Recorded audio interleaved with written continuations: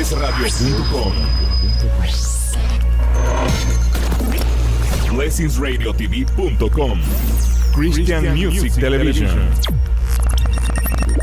Conéctate www.coesradio.com y www.blessingsradiotv.com.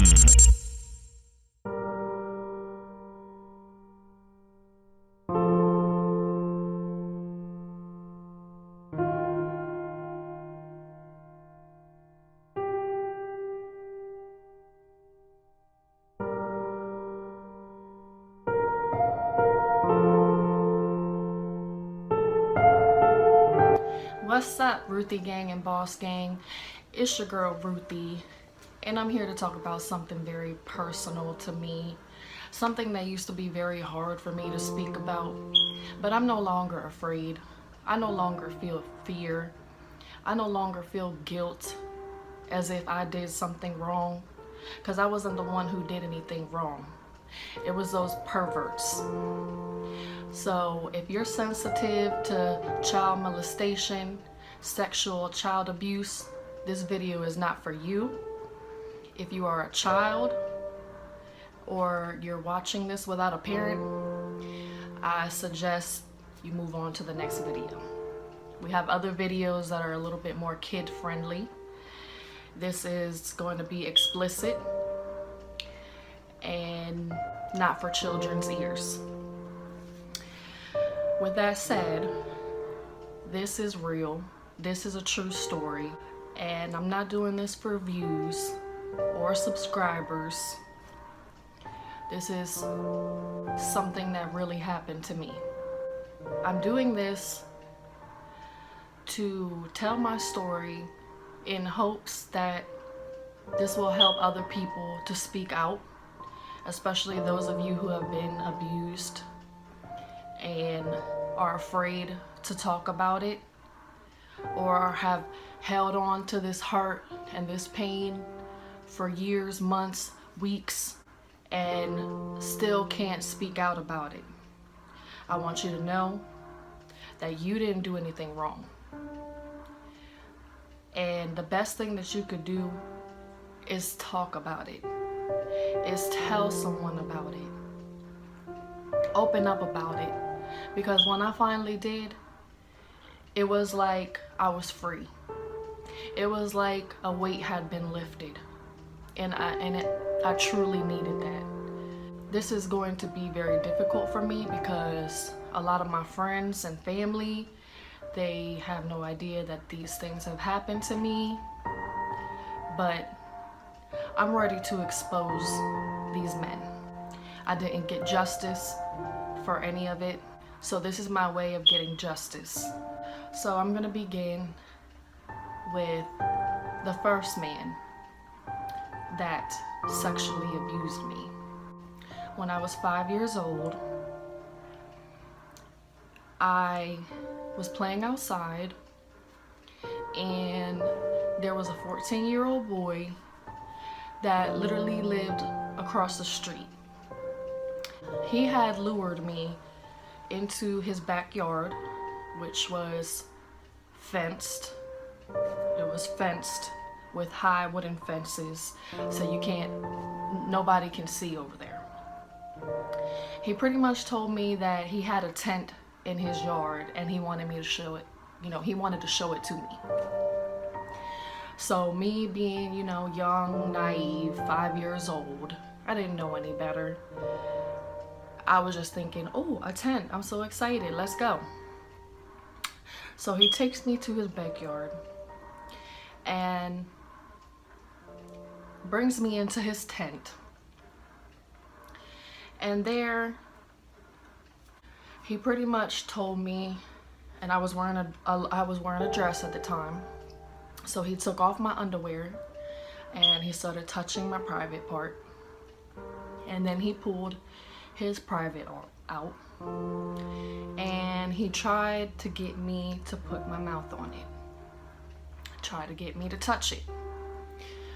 I can't remember everything that had happened. That's the main thing that I remember.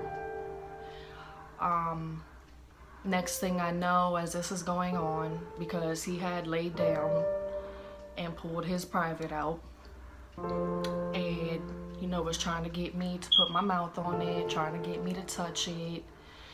You know, I'm sure he was saying things to make me think that it was like a toy or something. Anyway, I know for a fact that I knew something wasn't right. Even at 5 years old, I knew something wasn't right. And I think I remember that I kept telling him that I wanted to go home, but he wouldn't let me go home. He kept trying to convince me to stay. Eventually, I heard my mom and my dad yelling for me, screaming for me, looking for me, and I yelled for them. They ended up finding me, of course, and this is where it gets blurry.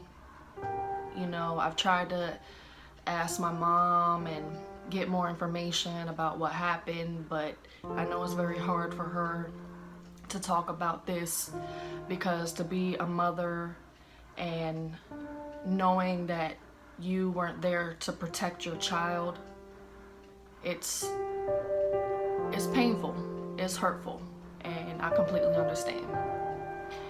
So from what I've heard, the cops were called. I'm not sure if charges were pressed. All I know is that I remember being in the back of a cop car with my mom. I guess I was questioned, and from what I heard, this boy's father was a pervert. Apparently had porno tapes and porno magazines all over his house, pretty much in reach of this 14-year-old boy. And this 14-year-old boy, he got ideas and got these things in his head, and I guess he wanted to try them out for himself. And that's what the cops found at his house. Like I said, I don't know what happened to him. I don't know too much more about that story. That is all I remember. I can't even tell you what the boy's name is. 2 years after that, I was 7 years old. This is the second man who sexually abused me. My father. My father was definitely the most hurtful, most painful, and affected my life tremendously. My mom, she would work nights, so obviously she would leave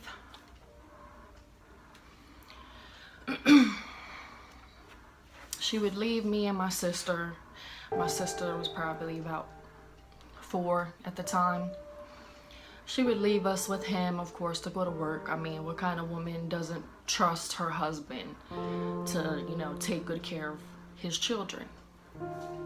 So I can't blame her for that either. But I remember I used to scream and cry when she would go to work, because I didn't want her to go, because I knew of the things that were going to happen to me when she left.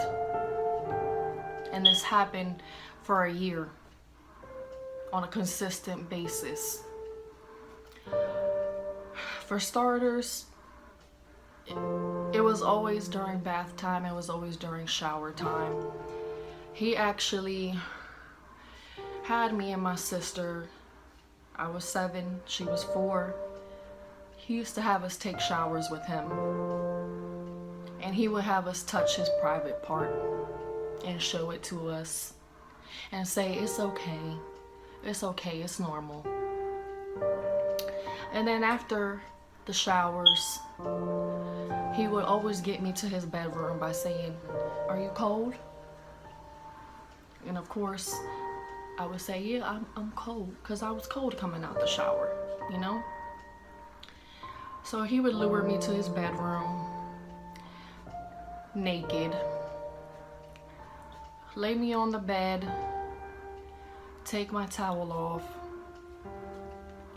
and he would literally touch my private parts. He kissed me like I was a grown woman, tongue and all. he would rub his private part on my private part and get off on that. And all I can remember is looking out the window to my right and taking myself to another place, becoming numb. Because I was so young, I didn't know if this was right. I didn't know if it was wrong. It felt like it wasn't right. But in my mind, as a child, I'm thinking, this is my father. He loves me. And maybe this is his way of loving me.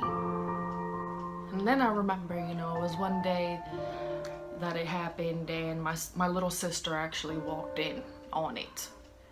And I just remember screaming so loud to her to get out, go watch TV.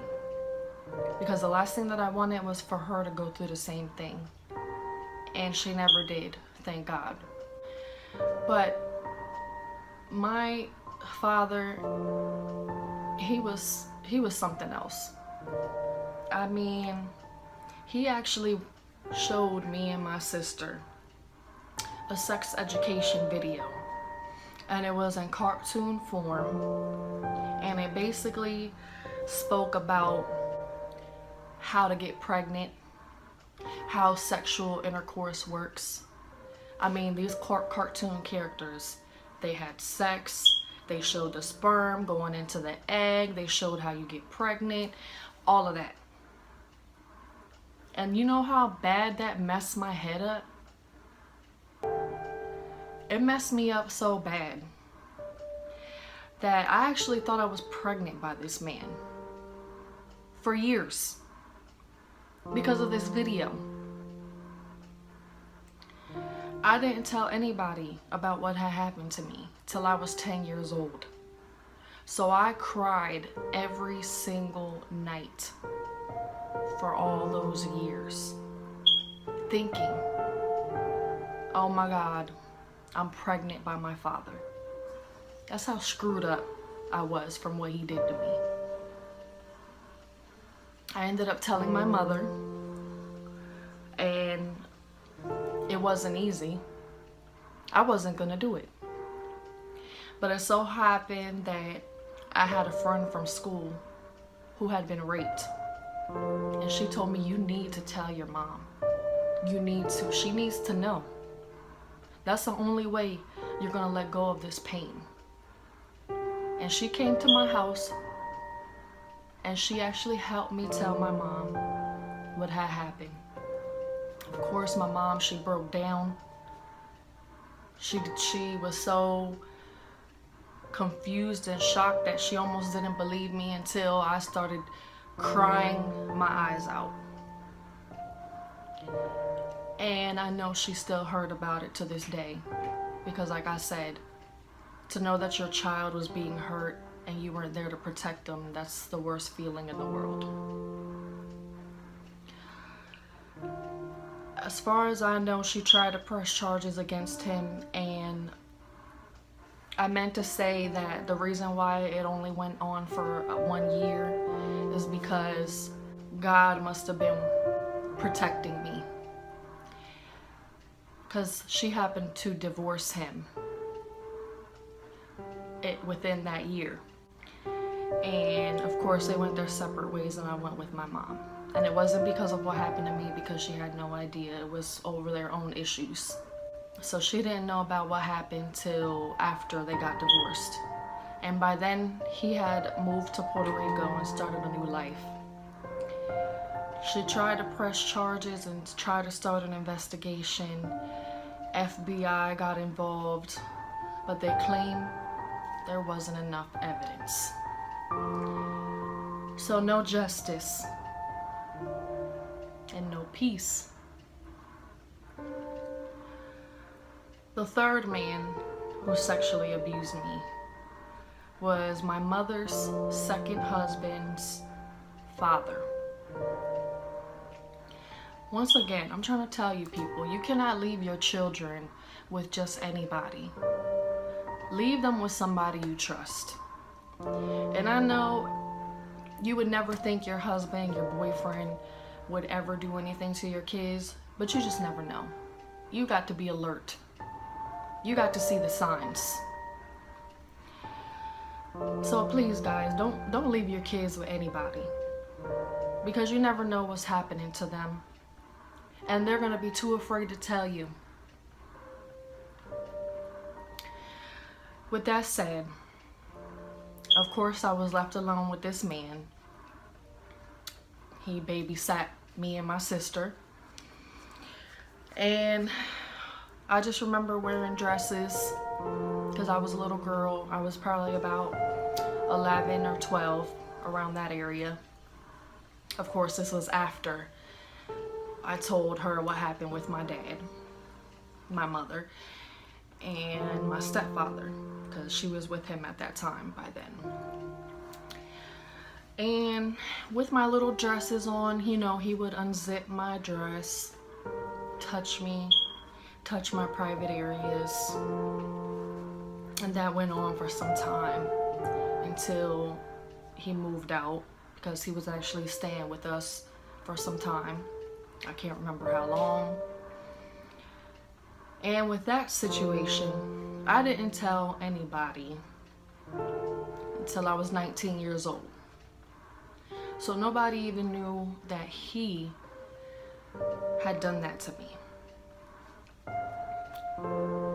Not his son, not any of his family. And today, he is no longer with us. He passed away. But I got no justice for that either. I have suffered from post-traumatic stress disorder, depression, anxiety, from going through these things. For years and years, I had a fear of older men. I could not stand to be alone in a room with an older man, because I was afraid they were all the same. They were all gonna hurt me. They were all gonna touch me. You know, and I sometimes wished I was this ugly kid, because maybe if I was ugly, this wouldn't happen to me. I have gone through counseling. I have seen psychiatrists, therapists, I mean, the whole 9 yards. It took me so many years to get over it, to forgive them, to not hold that grudge, especially knowing that I never got justice for what was done to me. To know that my father remarried, had 2 girls, and who knows, he's probably doing the same thing to them, but they're too afraid to talk about it. I've just held my hands up, and what am I supposed to do? This man actually has and owns a school supply store now, today. How ironic. At the end of the day, I truly believe that karma is real. I also believe that God sees everything, and God will bring me justice, along with this video exposing these perverts. So with that said, that's my story. I hope this helps somebody out there. Don't be afraid. Talk about it. It's a serious issue today. Don't leave your kids with anybody. Always be on alert. And always open up to your children. Have conversations with them. Talk to them. You never know what they're holding on to on their inside. It could affect them for the rest of their lives. It affected me with my relationships. I've had trouble trusting men. I had a hatred for men. And I suffered for many, many, many, many years because of what was done to me. But today I'm strong. I'm over it. I've moved on, and I'm happy. So, you 3 men, You didn't win. I win. So, I love you, my subscribers and my viewers, and I hope that this helps somebody out there. If you want to message me, you need someone to talk to, you need someone to help you speak out about this, in my description down below is my Instagram information, as well as Facebook and Twitter. Please don't hesitate to message me. I would love to support and be there for anybody who needs it. With that being said, please subscribe to our channel, like or comment, and I'll see you guys in the next video. Love y'all.